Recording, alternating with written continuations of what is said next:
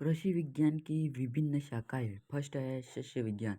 खेत प्रबंधन, फसल उत्पादन के संबंध में इसमें वैज्ञानिक अध्ययन किया जाता है। अब है उद्यान विज्ञान। उद्यान विज्ञान में बागवानी, फल, सब्जी, पुष्प एवं कार्यों का अध्ययन किया जाता है।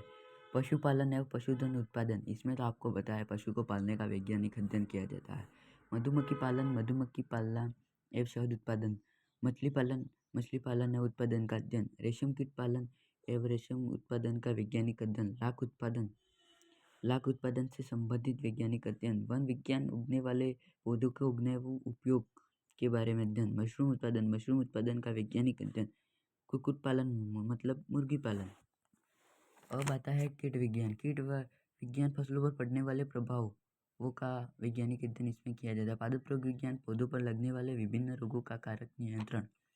कृषि प्रसार, किसान तक खेत तक पहुंचाने अनौपचारिक माध्यम से, जैसे सुपरवाइजर। कृषि अर्थशास्त्र, कृषि लागत एवं आय की गणना।